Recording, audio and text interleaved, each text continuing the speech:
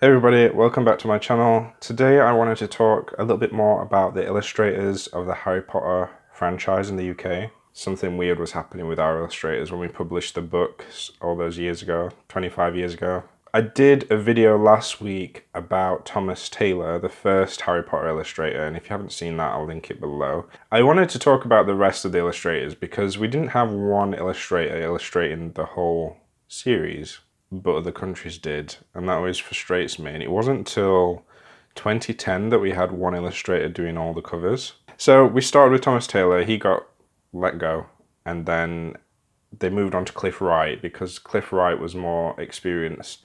They wanted a more experienced artist to work on the books because they were gaining huge popularity at the time, and he did books 2 and 3. I don't love his illustration style, and I've always hated the cover of Chamber of Secrets, but at the same time Chamber of Secrets is my least favorite Harry Potter book, so maybe that has something to do with it.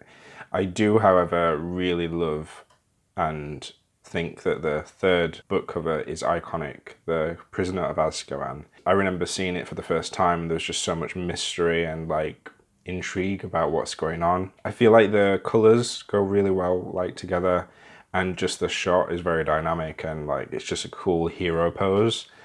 Whereas number 2 is just a little bit blah, and I don't like how chubby Harry looks. I don't like Harry and Ron's faces in that second cover, and it's strange going from like a loose, child-friendly, cartoonish look to something a bit more realistic. So Cliff Wright, after he finished Prisoner of Azkaban, Bloomsbury lost his original artwork for the cover, and that really annoyed him. And because the artwork was never found, he decided to remove himself from the franchise. One of the reasons why he was so annoyed. The thing that he did say was that he agreed with me.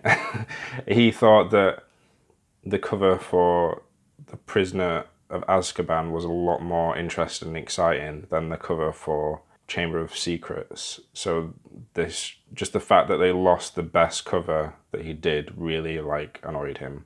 So he removed himself from the franchise and refused to do any more books. So move on to year 2000, the job was then given to Giles Greenfield, and interestingly enough, there's a really great video, which if you're watching this, you've probably already seen, but there's a Harry Potter guy collector on YouTube, and he has Giles Greenfield's sketchbook. The artwork in there is just phenomenal. It's just so beautiful, and I really want him to do it. While he revealed the sketchbook, he said he was going to do a later video showing every page of the sketchbook, and he has not done that yet, and I'm still waiting for it. But Giles Greenfield did the 4th Harry Potter cover. I love this cover. I love Harry on the front cover. This is just such a really good, very dynamic pose, again, very heroic. But the artwork is just so beautiful. Harry and the dragon on the front cover, just love it, it's perfect. I don't know if he was going to possibly illustrate the rest of the books, because in the video that I just mentioned about his sketchbook, he has illustrations going throughout the whole book series. So from like book 1 to book, well, it can't be to book 7, but it's like further on. And I feel like maybe he was possibly in talks to illustrate them all or something, or maybe he just did it for his own pleasure, I don't know. He's definitely got artwork in there from the first 2 books and books afterwards. It looks so good. The sketches are amazing. Unfortunately, very, very tragically, he had to decline doing any more books, although he was going to do the rest. He started on book 5, Order of the Phoenix. His daughter had a terminal illness, and so he had to stop illustrating. It's just really sad that he had to go through something like that and stop, because his illustrations are beautiful, and I would love to have seen what he could have done, and if perhaps he was commissioned to do more of the books and the other 3. I don't know, but it would have been really nice. So after Giles Greenfield left in 2003, Jason Cockcroft was hired to finish off the series. So, which was really nice of him. I don't know if it was his idea or Bloomsbury's idea, but he finished off the cover that Giles Greenfield started for book 5. So it's kind of like a marriage between the 2 artists, but the Order of the Phoenix cover, which I've always felt is a bit bland. It's a very beautiful phoenix and beautiful detail and feathers and fire and everything. I don't it's been a while since I've read it, but I'm pretty sure the Phoenix doesn't really play a big role in that book as much as it does in like the Chamber of Secrets. So I always wondered why there was a real Phoenix on the front cover when the Order of the Phoenix was a group of rebels. I don't know. But hey ho, it's fine. It's fine as it is. It's fine. I mean, it's a very beautiful Phoenix, but I just don't feel like it conveys the book very well. Then he did the last two. I do like the Half-Blood Prince cover because that's a very exciting scene. When looking at it closely though, it does kind of feel a little bit like Terry Pratchett covers. I think it's one of the best scenes in the book. Probably the best scenes in all the books. And Harry and Dumbledore together with the fire surrounding them is just awesome. The sixth book, however, I never really liked, and I felt like it was a bit underwhelming when I saw it. Again, having so many different artists interpret the characters over like 10 years, it's just a bit odd seeing like Hermione and Ron on the front cover when we've not really seen them. And the last time we saw Ron, he looked nothing like it. Yeah, I don't know what it is about this cover. It just feels off. Comparing it to, say, the American covers and some of the other ones that have come since.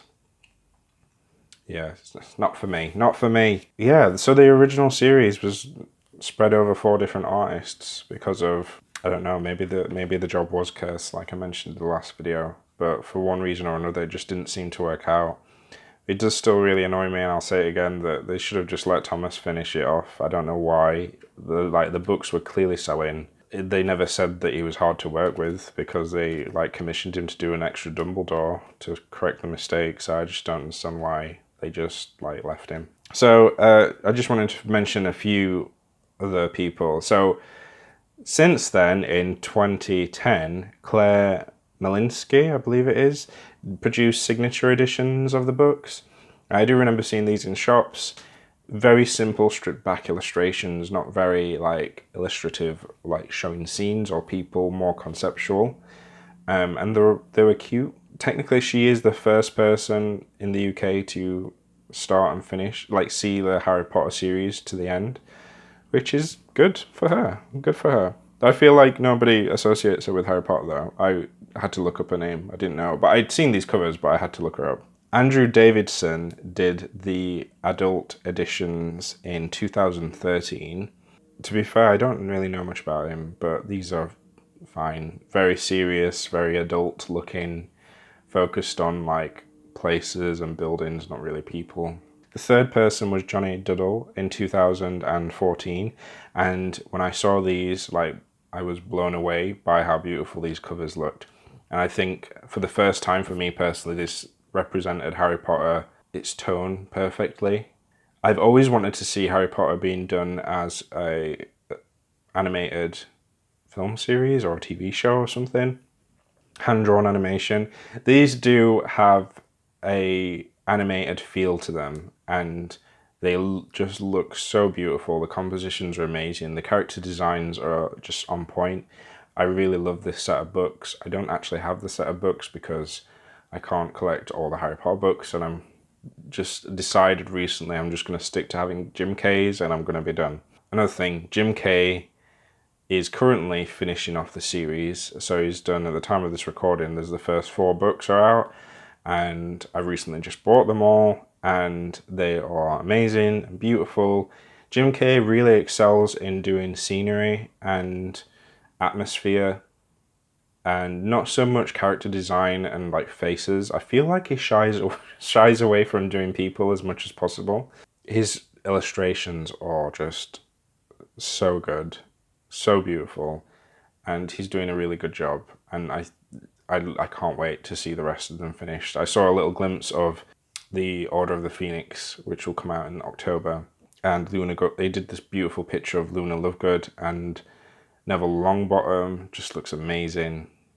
Yeah, I just really, really am in awe with his process, and I've been watching a few of his videos recently. It's just really cool. Good for you, Jim Kay. So that's it. That was I just wanted to get off my chest and talk about this illustration issue with the UK. I'd still like to do more videos about Harry Potter illustrators because it's one of my favourite books, and illustration is my favourite subject. So I'd like to talk about the American editions, and just like other artists who have worked on it.